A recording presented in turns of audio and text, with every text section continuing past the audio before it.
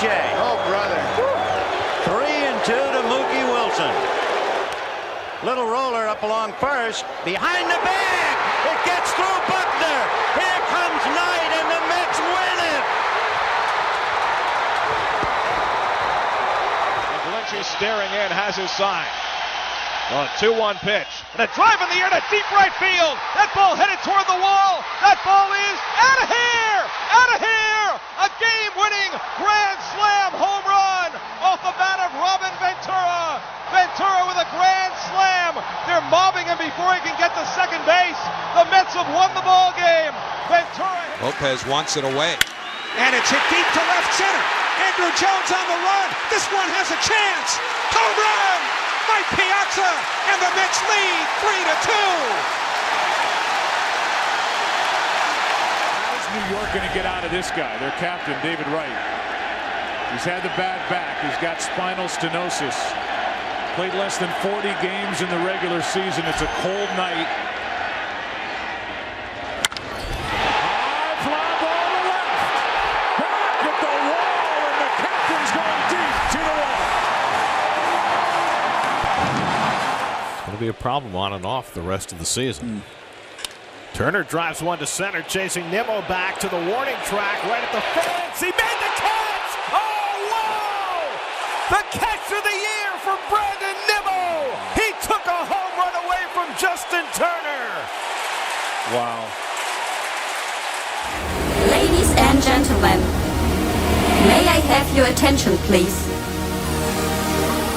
The show starts in 10, 9, 8, 7, 6, 5, 4, 3, 2, 1, go! And welcome to the Shea Hello Podcast, episode number 1. Thanks for joining us. If you are watching, you are on our YouTube channel, and you have found us by going to @ShayHelloMedia. Please subscribe, and if you are listening on wherever you get your podcast, please follow us, whether it be Spotify, Apple, and again, wherever you get your podcast. My name is Casey Lynn. I am the founder and president of the Shea Hello Media Company, and this is our first ever podcast here for you. Today will be a quick podcast.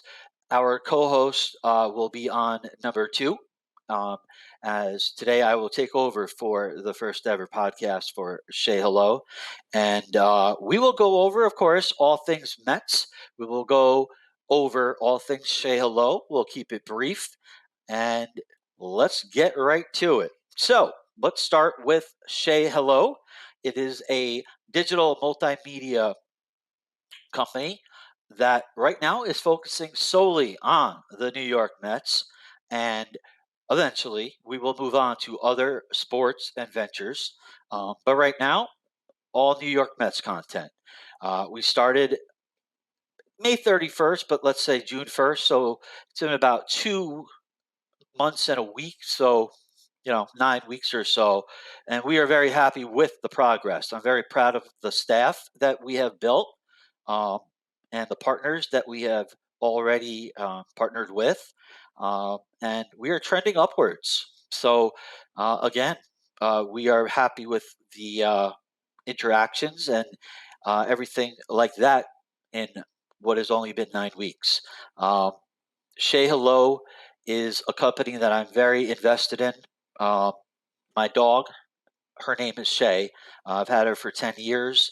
Unfortunately, she's not doing too well, and this company is in her honor, and we will take this to the top, and we will do it by a couple ways. If you've been following Shea Hello at Shea_Hello on Twitter, you have seen that we like to be interactive with our followers by asking questions, going back with thoughts, posting anything and everything that we can get our followers into. And again, Shea_Hello on Twitter. We are also on Shea Hello Media TikTok, Instagram, and now at Shea Hello Media on YouTube. So we are very happy as we are trending upwards. and we are going to the top, and I sincerely, from the bottom of my heart, thank you for if you're a follower on any of those platforms that I have mentioned, and I would assume so because you are watching me or listening to me or both, that you are. Thank you, and it means a lot to myself. Um, we will have guest appearances as we go on here with the podcast. I cannot tell you right now who. My co-host is Bill Pulsifer, former Met, uh, former Phenom, pitched 6 years in the majors, uh, 19 professional years as a pitcher. He will be on the next episode as he is my co-host. And again, we will have special guests going forward. So that is basically what the podcast will do. And what will go on with that is different topics, obviously Mets related. And as we get deeper, we'll see what happens with other sports and other ventures. But right now, for the first 5 or 10 episodes, it's going to be Mets talk, and there is a lot of Mets talk. A lot of things went wrong. Uh, we could start with underperformances by Jeff McNeil, who won the batting title in 2022. Marte was never himself. Uh, you know, Scherzer, Verlander didn't get off to a great start, but then he did. Um, a lot of things. They don't have that same energy. The biggest thing is Edwin Diaz. We'll talk about that a little bit later. That is number one in my heart of what happened with this team. They won 101 games last year in 2022. That's not easy to do. And for them to be where they are here in 2023, it's shocking. The Mets, if they were 5 games behind the last wild card in the NL, they should either stay put or maybe tinker with a couple moves. There was not much to do via buying. Never thought in a million years he would wave the white flag 5 days before the trade deadline and trade David Robertson to the Marlins for 2 rookie ball position players. And that was the start of what is not a fire sale. Again, most of the players the Mets traded, if not all, were not under contract for next year. But that obviously started the Max wants to talk to the brass. Justin Verlander wants to talk to the front office, and it was a trickle-down effect, as we know what happened. Scherzer to the Rangers, Verlander back to the Astros. But again, I give a lot of credit to Steve Cohen for making that decision because for Steve, a shark, guy who's used to winning and being competitive in anything he does, basically waving the white flag in 2023. They were right where they needed to be, in my opinion, to still be in it. 5 games out in the last wild card spot with 60 games to go is not, you could come back from that. Steve thought they couldn't. He made the ballsy decision to start trading everybody. If you heard him in the dugout in Kansas City talking to reporters, he said hope is not a strategy. He didn't think the Mets were going to win the World Series this year, and he made an executive shark-like decision. And after sleeping on it and the dust has settled, the Mets didn't have a farm system coming into the Steve Cohen era. They even traded, PCA, Pro Armstrong, and for half a season of Javi Baez, horrible move there. What was that, 2021? The Wilpons left Steve and, everybody with Steve, basically a barren farm system. And Steve always wanted to be the Dodgers East, as he says. Well, you need a farm system. That's where top or bottom 5 easily. However, since Steve made that move to wave the white flag and trade away these players, they got a lot back in return. They really did. You got to give credit to Billy Epler.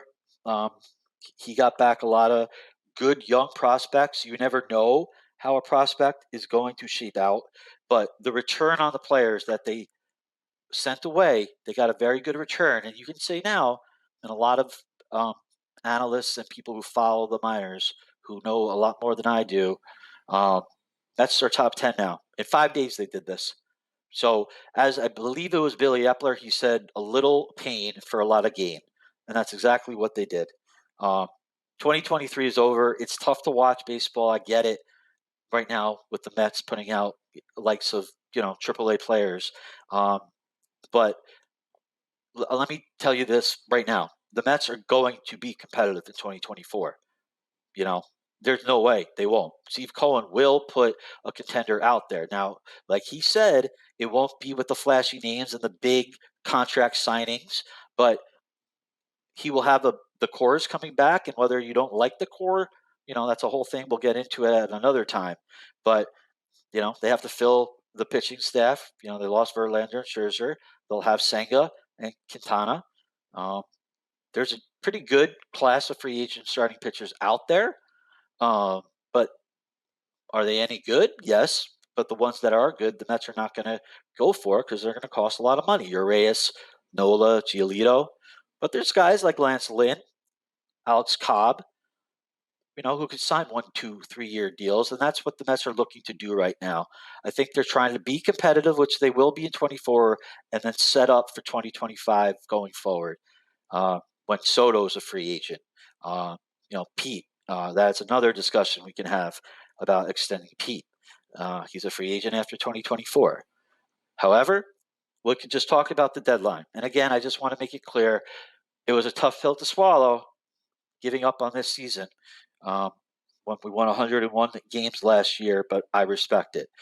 Let's just go through quickly the deadline moves that Billy Epler made, because they did get a very good return on their players. Now, keep in mind, the Mets did something, namely Steve Cohen, that really has never happened before.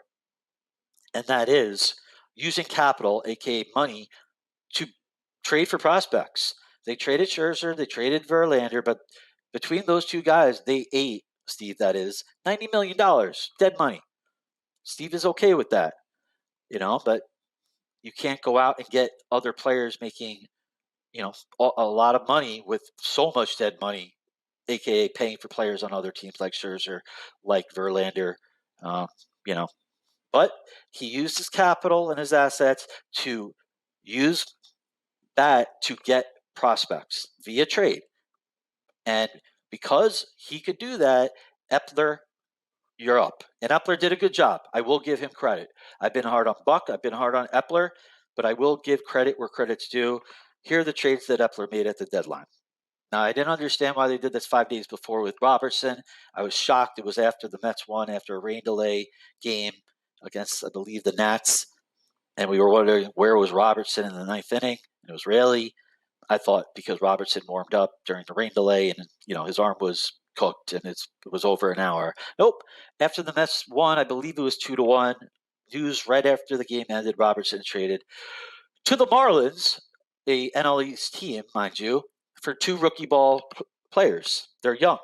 And one, Marco Vargas, 18 years old, infielder. Right now, he's in the Florida Coast League. The other one, in the Robertson trade, Ronald Hernandez, 19 years old, catcher, also in the FCL. You never know how these guys are going to turn out, but, building a farm system is very important, and this is how you do it. Then the trickle-down effect. Max Scherzer wanted out after talking to Steve. Didn't agree how he went about it in the press conference, being a Ranger.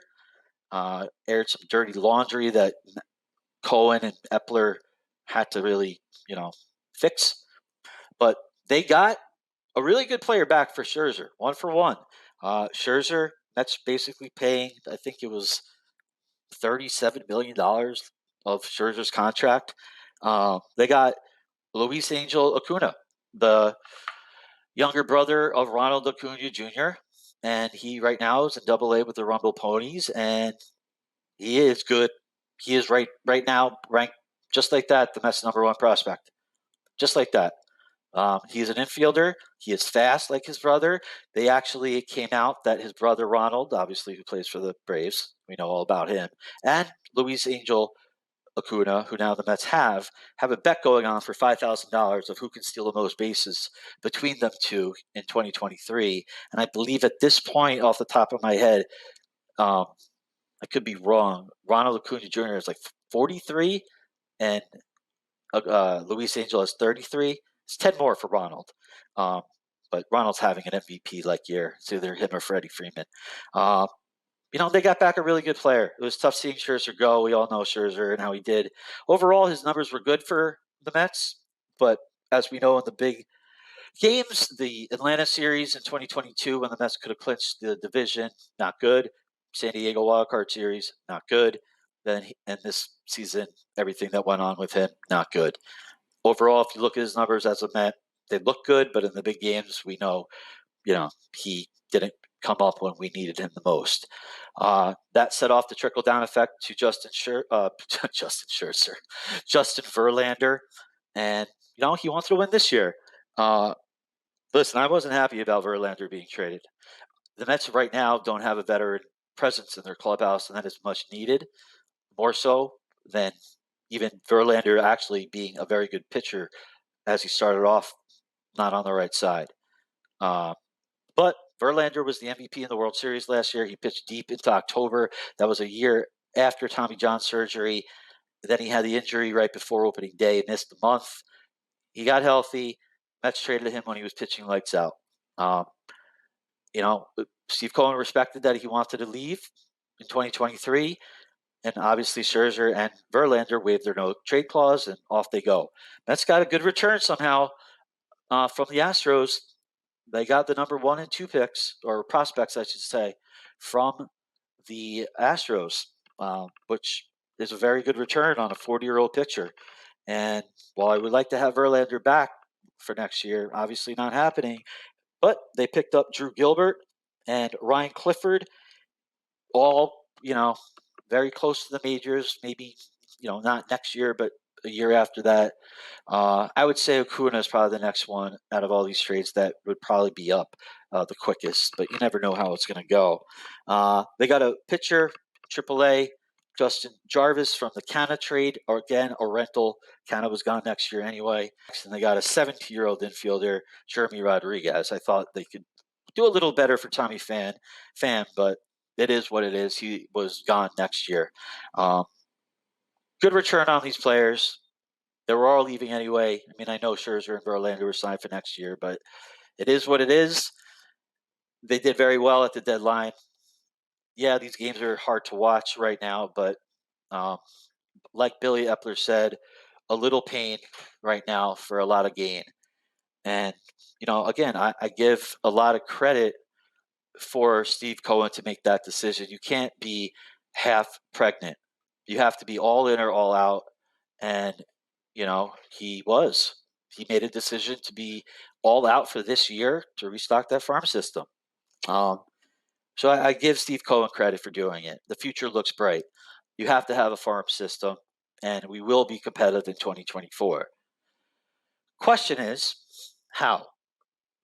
Well, it goes back to what happened and what the hell happened in, 2023 for the Mets. So before I go into that, one other thing that I have to bring up is a lot of fan bases are not happy with their owners and general managers. We had fire Cashman all week because the Yankees didn't do anything for their team, and they don't have the talent to win the World Series. Mets at least have a plan, and they will execute it, and they have a future. Yeah, and they made a decision. The Red Sox didn't do much.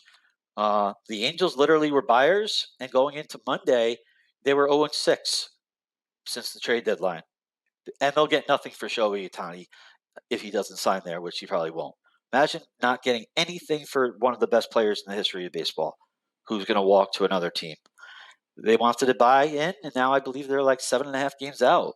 The Diamondbacks, right there in the wild card race, they got Tommy Pham buyers. They haven't won since the deadline. The Reds had lost 6 in a row. The Giants lost 2 in a row to the Oakland A's. The Marlins had lost 4 in a row after the deadline. They were buyers. They got David Robertson. So those are the teams that either made moves, didn't make moves, and look how it's looked or panned out since. Mets made moves, not the way we wanted to, but again, a little pain for a lot of gain. And I commend Steve Cohen for doing that. So it doesn't sometimes it doesn't work out. Maybe none of these players the Mets got do anything. prospects are just that. We don't know how it will turn out. Brett Beatty was set down to AAA. Top prospect for the Mets. So not everybody pans out the way they will. However, going back to what went wrong this year, I started this podcast by talking about Edwin Diaz and the core coming back. It is your opinion on what you think about the core. I can just go off of my opinion here on Shea Hello. And again, thank you for listening. Thank you if you are watching, or thank you for both. Please subscribe on YouTube at Shea Hello Media, or follow us wherever you get your podcast, Spotify, Apple, wherever you get your podcasts. Jeff McNeil, Marte, down years. Even Pete with the average, down year. Power numbers are great still for Pete. And that's a whole other thing about Pete that we'll get into another episode with my co-host, Bill Pulsifer, who will be on the next one. But, Mets have to fill out a rotation next year. There's some big names that we talked about. But we'll end this abbreviated podcast. I'd love to talk, and I could, for another 2 hours. But for the first one, will be abbreviated. Edwin Diaz, WBC, tearing his knee, jumping up and down against, I believe it was the Dominican Republic. He saved it out for Puerto Rico. That was the telltale sign that maybe this year was doomed from the beginning. And it was. No, I did not think the Mets were going to be as awful as they were. But it was a trickle-down effect in the bullpen. Everybody had to step up. Of course, Robertson had a great year as a Met. He could return next year. He didn't want to go. Dan Robinson is his own agent as well. He can return. He didn't want to leave. Tommy Pham could return next year as well. He liked playing in New York. You never know. But Edwin Diaz, losing him before the season started was really, to me, the end of it before it started. Again, I didn't think the Mets were going to be 11 or 10 games under and be sellers at the deadline. No one did. But it was a trickle-down effect from that injury, from the bullpen and everyone having to step up and roles being different, to starting pitchers having more pressure on them, if you will, to go deeper in games because the bullpen isn't as good. Now, yes, Brooks Raley has done well. Robertson did well. Ottavino has been up and down. But it was such a blow to the New York Mets with Edwin Diaz. And I had bought this in the offseason, the Narco bobblehead. Hopefully you could hear it. Put it up to the screen. Timmy Trumpet playing the song. We all remember it. Not going to play it the whole time, obviously. We all remember it. My point is, with this bobblehead and the music with Narco, it brought energy. It brought everyone to their feet. It brought, confidence to the Mets team that the Mets were locked. He was a video game pitcher in 2022. His numbers were insane. Never seen anything like it. And it all goes down to the bullpen, the starting pitchers, the middle relievers, even the offense. We didn't see this coming as drastically, but he was energy and he was automatic in the ninth, and that affected a lot of things. So, we've seen crazy injuries. He's rehabbing now. I wish he could pitch in meaningful games in 2023. It's not happening, but he'll be back in 2024, hopefully, as like he was in 2022. I doubt it because no one probably could replicate that. Maybe the Mets bring back Robertson and he could do what he wanted to do, be the setup man to him.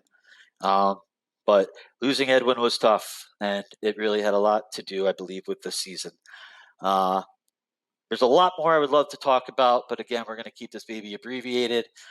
Most of our podcasts, if not all, going forward will be normal time. But I just wanted to give an introduction to Shea Hello Media, myself, and when Bill Pulsifer joins us as my co-host on the next one, we'll talk from a player's perspective, a former phenom, former major league player, Bill Pulsifer, who was part of course, if you remember, Generation K in the mid-'90s. But there is a lot to talk about. We're going to have guests all throughout our podcasts. We're going to have Bill. We're going to have interactive stuff that we're going to put on Twitter so you can ask us questions. And we're going to have fun on this podcast. We always do. Whatever it is via Shea Hello, we always have fun. So I want to thank you all for listening, watching, or both, and remind you to please subscribe on YouTube at Shea Hello Media and follow us wherever you listen, audio-wise, wherever you get your podcasts. Again, I am Casey Lynn, and I thank you once again for watching and listening, or one of them or both. And I am truly excited for the future of this company. So, again, thank you for tuning in and have a great rest of your day.